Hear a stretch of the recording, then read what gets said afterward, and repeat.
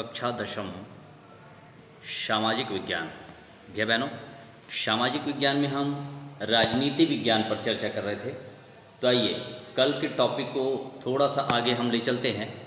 कल जहां हम पढ़े हैं उसके आगे आप अपनी पुस्तक निकालिएगा और उसमें 167 पृष्ठ क्रमांक 167 राजनीति विज्ञान, इस पर हम आगे बढ़ते हैं। तो सबसे पहले जिस पृष्ठ पर मैं लेकर के चल रहा हूँ भैया बहनों, वहाँ पर एक प्रश्न दिया है, ऊपर देखिएगा। छत्तीसगढ़ की 40% महिलाएं निरक्षर है, इससे उनकी स्वतंत्रता किस तरह प्रभावित होगी, ये प्रश्न है। तो भैया बहनों सीधा सीधा शब्द है कि छत्तीसगढ़ की अगर 40% महिलाएं निरक्षर है तो उसकी स्वतंत्रता बहुत अधिक प्रभावित होगी, क्योंकि उन्हें संविधान ने हमें 6 मौलिक अधिकार दिए हैं, मगर जब वो निरक्षर है तो उन्हें अपने अधिकार क्या है उसे यही पता नहीं रहेगा, उन्हें अपने मौलिक अधिकारों का ही ज्ञान नहीं होगा। फिर जहाँ पर निरक्षर महिलाएं अधिक होंगी वहाँ अशिक्षा के कारण अंधविश्वास, रूढ़िवादी परंपराएं, अपनी स्वास्थ्य की सही चिंता नहीं करना, और इस तरीके से हम देखते हैं कि उसकी जो स्वतंत्रता है काफ़ी प्रभावित होगी। उसको संविधान के नियम कानून का ज्ञान नहीं होता है। फिर उसके बाद यहाँ से दूसरा प्रश्न और देखिएगा। लोक रक्षा पार्टी के लोग रात को शहर में एक आम सभा करना चाहते हैं और वे यह भी चाहते हैं कि सारे सड़कों पर लाउड स्पीकर लगाएं। शहर के थानेदार ने उन्हें अनुमति नहीं दी। क्या यह उनकी अभिव्यक्ति की स्वतंत्रता का हनन है? तो भैया बहनों, यह उनकी अभिव्यक्ति की स्वतंत्रता का हनन नहीं है। क्यों? क्योंकि रात में लाउड स्पीकर लगाना चाहते हैं और रात में लाउड स्पीकर लगाएंगे, इसका मतलब पूरा शहर मोहल्ला प्रभावित होगा।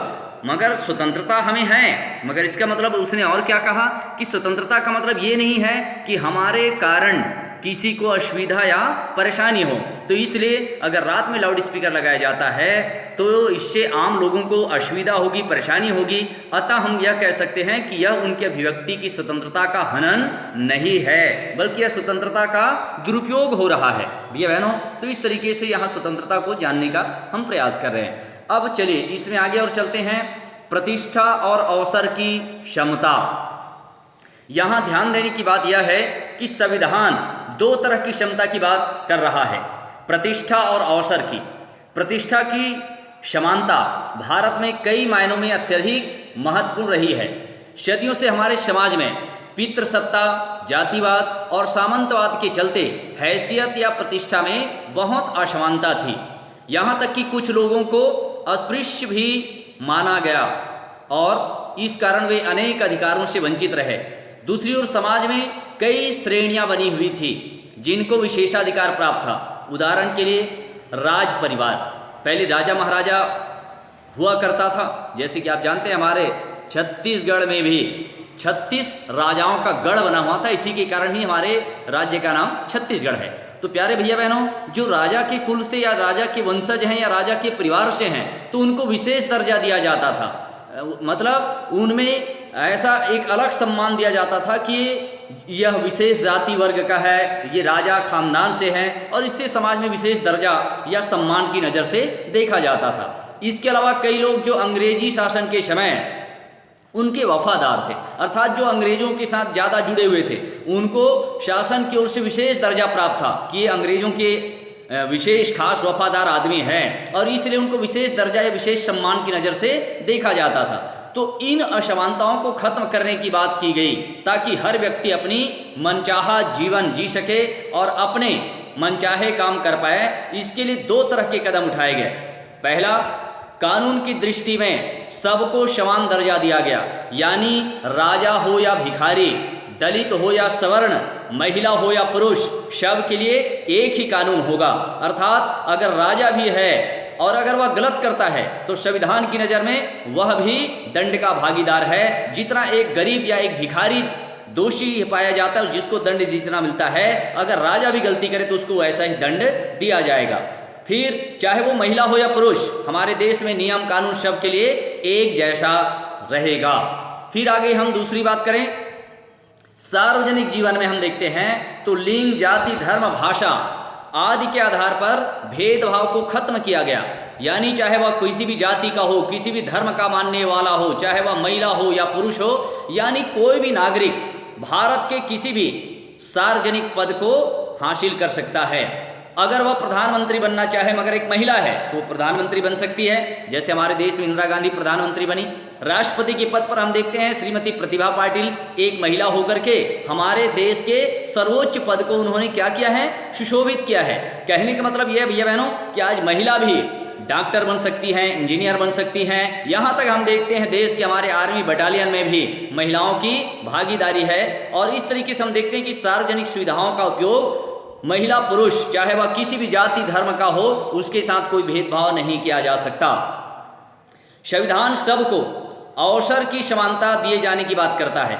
इसका तात्पर्य क्या है कि यहाँ पर किसी भी अवस्था को प्राप्त करने के लिए सबको न केवल समान अधिकार होगा बल्कि उसे प्राप्त करने के लिए समान अवसर भी मिलेंगे। अर्थात उदाहरण के लिए हम देखते हैं कि अगर कोई न्यायाधीश पद पर आसीन होना चाहता है, चाहे वो महिला हो या पुरुष हो, वह चाहे किसी भी जाति का हो किसी भी वर्ग का हो, मगर उसमें निर्धारित योग्यता है तो निर्धारित योग्यता उसके लिए क्या भैया बहनों, जैसे LLB की डिग्री वह वकालत का अनुभव होना चाहिए।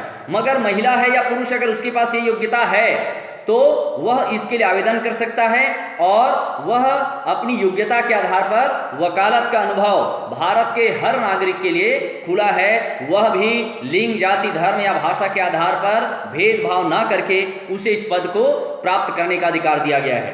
फिर न्याय और स्वतंत्रता की तरह क्षमता भी एक दार्शनिक अवस्था है।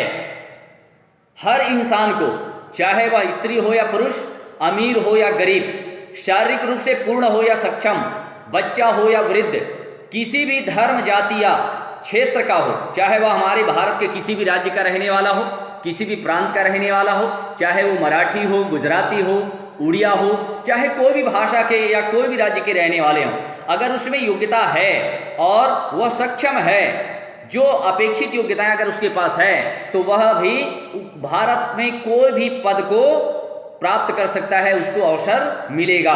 उल्लेखनीय है कि संविधान में हर तरह की क्षमता, खास करके आर्थिक समानता की बात को अगर छोड़ दें तो इसमें प्रतिष्ठा और अवसर की समानता की बात कही गई है। अर्थात हमारे देश में हर व्यक्ति को प्रतिष्ठित ढंग से जीवन जीने का अधिकार है, समाज में समानता का अधिकार दिया गया है। वह समाज में रह करके जो अवसर उनको मिलता है वह उस अवसर का फायदा उठा सकता है। गरीब हो या निर्धन इसके आधार पर उसे वंचित नहीं किया जा सकता। इस प्रकार से हम देखते हैं प्रतिष्ठा और अवसर की समता हमारे संविधान में इसका विशेष उल्लेख किया गया है। भैया बहनों, नीचे कह रहा है क्या यह संवैधानिक मूल्य के विरुद्ध है, बताइए क्या कहना चाह रहे। देखिएगा, मीना गांव की सबसे अधिक पढ़ी लिखी महिला है और इस कारण गांव में उसकी सबसे ऊंची प्रतिष्ठा है। तो ये संवैधानिक मूल्य के विरुद्ध है। मात्र पढ़े लिखे होने के कारण उसको अधिक सम्मान मिले ऐसा नहीं है, उसके लायक उसे बनना पड़ेगा। यह संवैधानिक मूल्य के विरुद्ध है कि मात्र पढ़ी लिखी है इसलिए उसको सम्मान दिया गया है और कोई पढ़ी लिखी नहीं है इसलिए उसको तिरस्कृत किया जाए, तो यह असंवैधानिक माना जाएगा। फिर गांव वालों ने तय किया कि महेश जी गांव के गांवटिया परिवार से हैं और इस कारण वे ही साला समिति के अध्यक्ष बनेंगे, तो यह संवैधानिक मूल्य के विरुद्ध है, यह संवैधानिक नहीं है। क्यों? अरे भाई, गांवटिया का परिवार का है महेश, इसलिए उसको हम साला समिति का अध्यक्ष बना दे। हो सकता है वो गांवटिया परिवार से तो है मगर वो पढ़ा लिखा नहीं है, अनपढ़ भी हो सकता है और उसमें वो योग्यता भी नहीं हो, उतनी समझ नहीं है, उतनी विवेक नहीं है, तो क्या हम उसको साला समिति के अध्यक्ष बना दें? यह संवैधानिक मूल्यों के विरुद्ध है। तो भैया बहनों, इस तरीके से हम देखते हैं प्रतिष्ठा और अवसर की क्षमता। समाज में कोई भी महिला पुरुष जाति धर्म लिंग के आधार पर भेदभाव नहीं होगा। कानून के समक्ष संविधान के समक्ष सभी समान हैं। सबको प्रतिष्ठित ढंग से सम्मान पूर्वक समाज में जीने का अधिकार है, उनको अवसर की स्वतंत्रता दी गई है और हमारे संविधान में किसी भी वर्ग के साथ भेदभाव ना हो, इसलिए ऐसी व्यवस्था बनाई गई है। भैया बहनों, आज के कालखंड में इतना ही। आप सभी का धन्यवाद।